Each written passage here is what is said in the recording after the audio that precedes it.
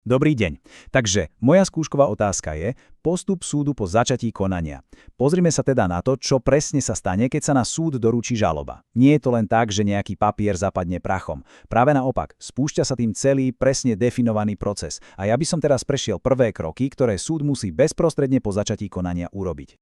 Aby bola moja odpoveď čo najprehľadnejšia, rozdelím si tento postup na 4 základné časti. A teraz si ich postupne prejdeme. Začneme teda pekne od začiatku. Kedy presne sa dá povedať, že sa súdne konanie oficiálne začalo a aké to má okamžité dôsledky? No, je to vlastne veľmi jednoduché. Konanie sa začína presne v tom momente, keď žaloba fyzicky dorazí na súd.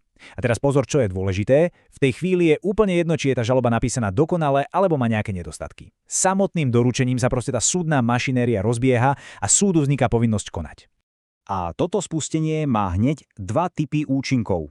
Tie prvé, procesnoprávne, sa týkajú samotného súdneho konania. Napríklad vzniká prekážka litispendencie, čo v praxi znamená, že sa nemôže o tej istej veci začať konať na inom súde.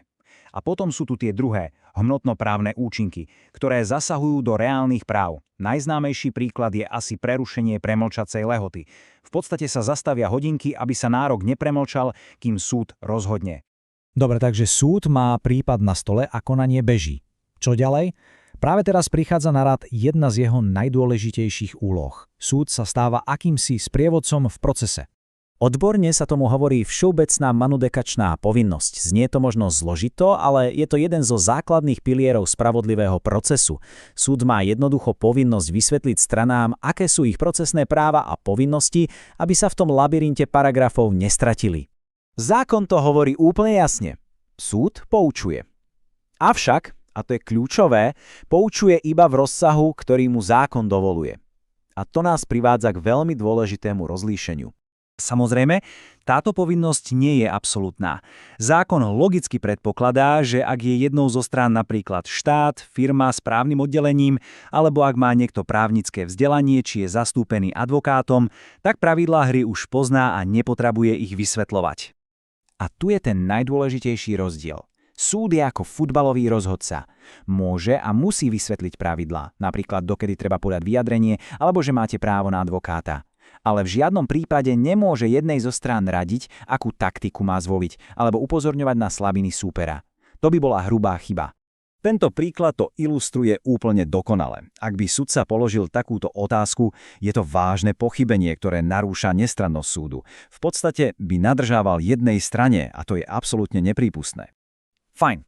Strany sú teda poučené o pravidlách, teraz sa sudca stáva takým kontrolórom. Musí zistiť, či sú splnené všetky formálne predpoklady na to, aby sa vôbec mohlo konať a rozhodnúť vo veci samej. Toto sú tzv. Procesné podmienky. Ešte predtým, než sa súd začne zaoberať tým, kto je v práve, musí skontrolovať, či má prípad všetky papiere v poriadku. Teda či má súd právomoc, či majú strany spôsobilosť byť účastníkom konania a podobne. A toto skúma vlastne počas celého konania. Postup súdu je tu veľmi logický a pripomína prácu lekára. Najprv zistí diagnózu, teda nájde nejaký nedostatok. Ak je táto vada odstraniteľná, pokúsi sa ju vyliečiť, teda urobí kroky na jej nápravu. Ale ak je vada neodstraniteľná, napríklad súd vôbec nemá právomoc v tej veci konať, musí konanie jednoducho zastaviť.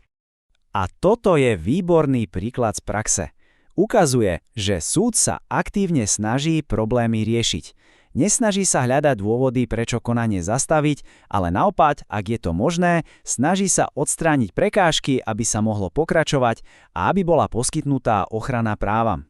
No a keď je všetko formálne v poriadku, dostávame sa k poslednej, ale extrémne dôležitej časti tejto úvodnej fáze. Súd musí zabezpečiť, aby sa o žalobe dozvedela aj druhá strana. Zákon kladie obrovský dôraz na to, aby sa žaloba dostala k žalovanému. A je to logické. Predstavte si, že by niekto o vás rozhodol bez vás. Práve preto sú pravidlá na doručovanie samotnej žaloby oveľa prísnejšie než pri iných písomnostiach. Musí sa doručovať vždy do vlastných rúk a so všetkými prílohami.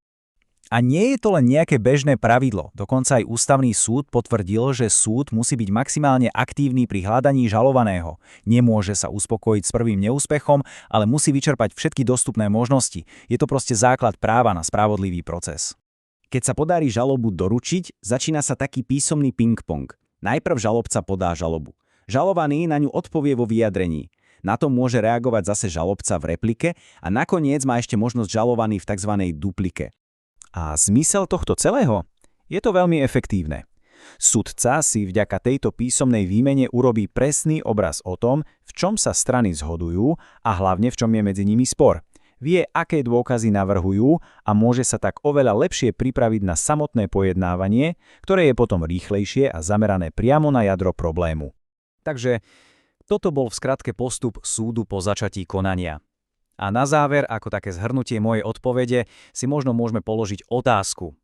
Je táto prísna formálnosť na začiatku naozaj nevyhnutná pre spravodlivosť, alebo sa niekedy môže stať skôr prekážkou v jej dosiahnutí? Ďakujem za pozornosť.